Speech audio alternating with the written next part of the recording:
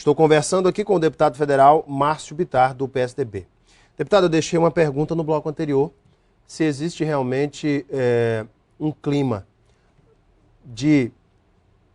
amistoso, um clima de aliança dentro do PSDB local com relação à disputa do ano que vem à Prefeitura de Rio Branco. Haja vista que analistas políticos, não sou eu que estou falando, mas muitos dizem que a oposição já larga na frente, por conta do resultado das últimas eleições. Como é que está a relação do senhor com o presidente do partido, Tião Bocalon, com os diretórios, enfim, como é que está isso? Primeiro eu quero dizer que até nas ditaduras tem divergência. Só não podem dizer, né? Sem dúvida. Mas que tem. Todos os partidos têm. Quando a pessoa vai lá, mesmo na ditadura, a pessoa lá, o pensamento é livre, né? O pensar é livre, tem divergência. Então, logicamente, partidos que se pretendem democráticos, obviamente que têm divergências. Mas nada que vá atrapalhar o funcionamento do PSDB e da oposição. Ontem mesmo, em Brasília, Bocalon esteve no meu gabinete, é o presidente do partido regional, eu mesmo já disse que se ele quiser e puder, ele é o meu candidato a presidente do partido, assim como o Guerra está na presidência nacional, eu acho, com os outros colegas que tem que continuar, acho que ele tem todo o mérito para continuar sendo o presidente do partido. As coisas vão se achar. O que eu acho fundamental, nós vamos nos entender, se não tenha dúvida disso. O que eu acho fundamental é nos prepararmos, Alain. Eu, por exemplo, vou dar minha cota para isso. A partir de março, mais tardar no final de março, eu vou inaugurar um escritório aqui em Rio Branco, uma equipe de pessoas, alguns voluntários e alguns fixos, que vão receber pelo gabinete e vários voluntários. Nós vamos fazer um trabalho de final de março, no máximo, até maio do ano que vem, para levantar toda a informação sobre Rio Branco e trabalhar isso.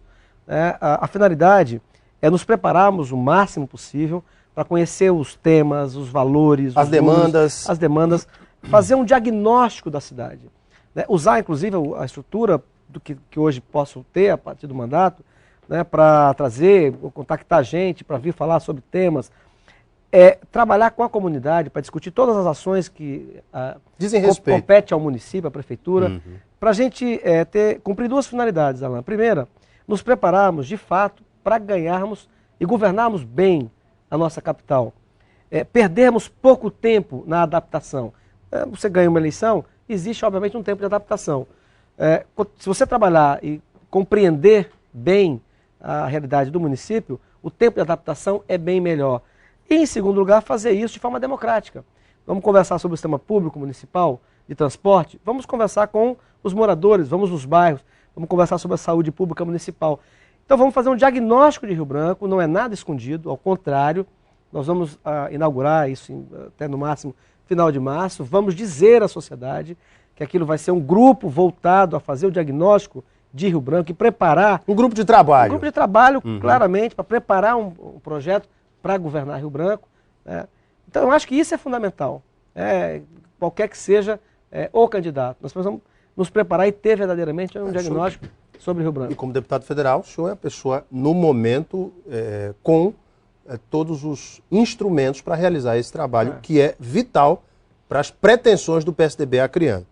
Deputado, jornais locais reproduziram uma denúncia do jornal A Crítica de Manaus contra sua esposa, Márcia, que eu conheço, e que dizia que ela era funcionária fantasma do governo do Amazonas. Me responda a respeito disso. Bom, primeiro eu acho que foi uma maldade, grande. Me sinto mal, porque é óbvio que é para me atingir a divulgação, o uso disso, é evidente. Se a Márcia não fosse minha esposa, se ela não fosse a minha mulher, não estaria com esse tipo de... E me surpreende, porque primeiro que nunca foi segredo. A Márcia é formada, concursada, passou em segundo lugar no concurso público no estado do Acre. Quando eu fui deputado federal daquela outra vez, se eu não me engano, eu teria direito de colocá-la, o governo teria a obrigação de colocá-la em Brasília, recebendo.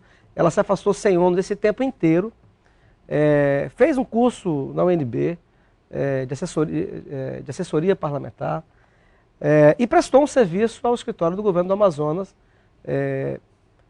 como milhares de pessoas que prestam assessoria e que não precisam obrigatoriamente bater o ponto, estar o dia inteiro dentro do escritório. Isso nunca foi segredo. A declaração de imposto de renda da minha esposa, todos os anos, consta.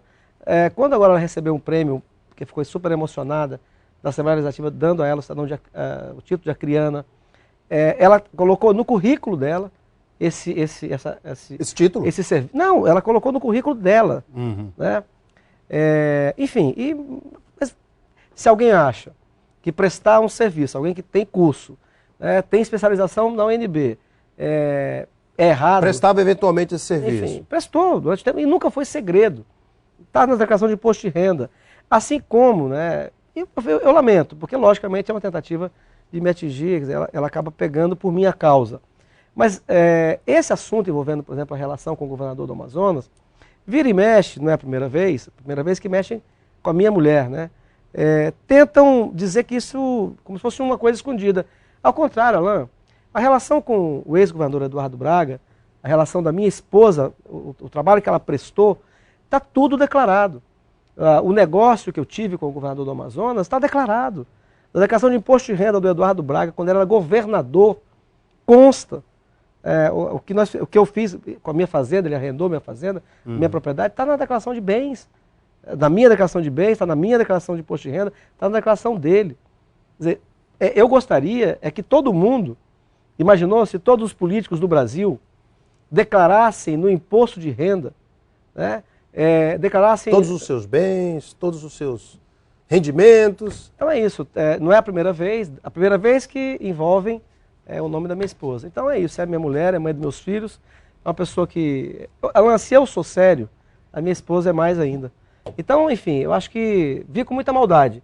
Mas se alguém acha que uma pessoa como a Márcia não pode prestar um serviço de assessoria e acha que isso é errado, enfim, eu não posso fazer nada.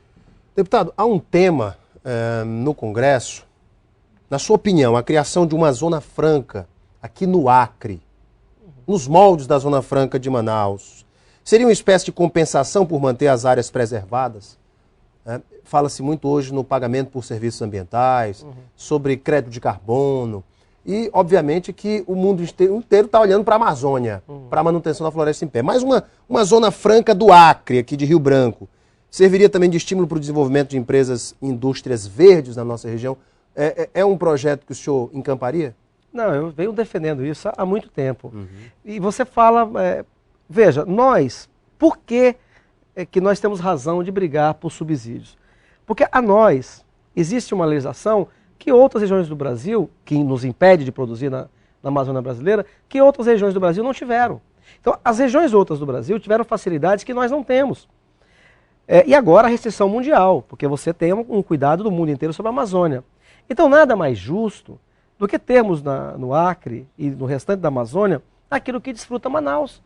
Eu já disse várias vezes, Manaus há 30, 40 anos era uma imensa cidade pobre. E que São Paulo é contra, inclusive, a renovação da Zona Franca de Manaus. Não, essa coisa foi do passado. Veja, vamos colocar os pingos nos is. Lá atrás, quando foi criada a Zona Franca de Manaus, ela não foi criada pela questão de compensação ambiental. Ela foi criada. E nessa época, empresários do eixo sul e sudeste disseram-se contra. Não havia essa compreensão da questão ambiental. Hoje não. Hoje, a Zona Franca de Manaus se mantém não pelas mesmas razões da sua criação. Ou seja, os benefícios fiscais, as renúncias fiscais do governo. Ela se mantém agora sob o argumento da questão ambiental. É claramente hoje uma compensação pelo Amazonas ser mais de 90% da sua mata intacta. O que eu sempre disse, luto, é que nós, acreanos, também temos que ter compensações desse tipo. O governo passado, federal, do Lula, já criou a Zona Franca para exportação, zona de processamento para exportação. Que já está criada aqui no município de Senador Guiomar, aqui nosso vizinho município. Que vai ser também a zona de processamento e o Porto Seco. Então, o governo que ganhou a eleição, está governando, o governador Tião Viana, disse na campanha, e eu disse nas minhas campanhas todas, né, que ia dedicar uma atenção especial a fazer nesse polo, criar nesse lugar um polo de crescimento econômico, atrair indústrias, incentivar o empresariado local, e isso tem totalmente o meu apoio. Eu estou debruçado sobre esse tema. O governador Tião Viana disse que quer fazer do governo dele o governo da industrialização do Acre. Então, tem que fazer. Então isso se coaduna com o seu pensamento. O senhor acha que vão trabalhar, inclusive, numa possível digamos, parceria parlamentar e governo do Estado para esse propósito? Olha, eu sempre, cada vez mais, com a maturidade, eu sempre agi assim, a maturidade confirmou isso. É preciso separar. Nós temos temas que não é que são acima dos partidos, são outros assuntos.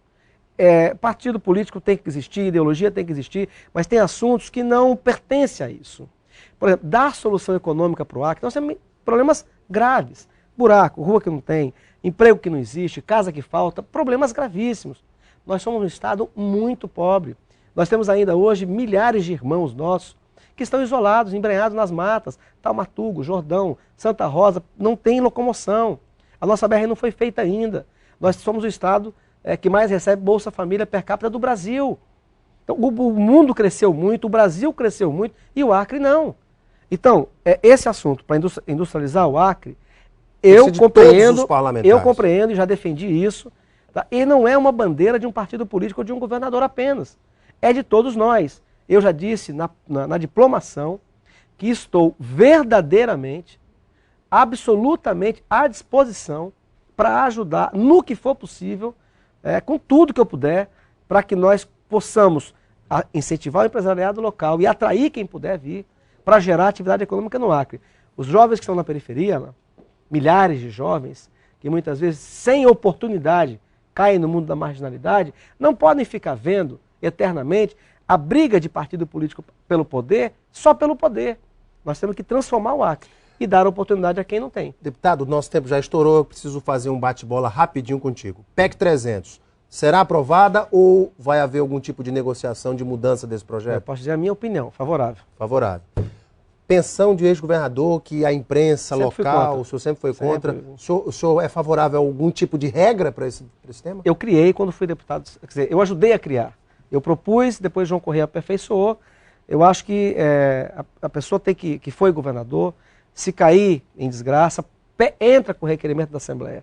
A Assembleia cria uma comissão e vai ver de fato se a pessoa não tem pensão, não tem fortuna, não é um grande empresário, etc. E caso uma pessoa simples que caiu numa desgraça, a Assembleia vai analisar e pode especificamente criar. Agora, essa farra de aposentadorias, eu posso falar isso, Alan, porque eu não estou falando agora, eu estou pegando carona na matéria que saiu na Veja em função da questão que o Supremo Tribunal Federal vai julgar. Quando eu fui deputado estadual, eu lutei junto com o João Correia e outros tantos colegas, e naquela época nós acabamos com essa farra das aposentadorias de governadores. É uma opinião minha, desculpa, eu não estou falando isso agora, porque eu quero pegar gancho, enfim, está lá gravado. Quando eu fui deputado, eu já propunha isso, e o João Correia aperfeiçoou e apresentou no outro ano e foi aprovado e tal. Então eu sou contra. E para finalizar, a volta de um outro imposto semelhante à CPMF? Sou contra. Isso é contra completamente também? Contra. Conversei aqui com o deputado federal Márcio Bittar, do PSDB, que já se colocou aqui como virtual candidato à Prefeitura de Rio Branco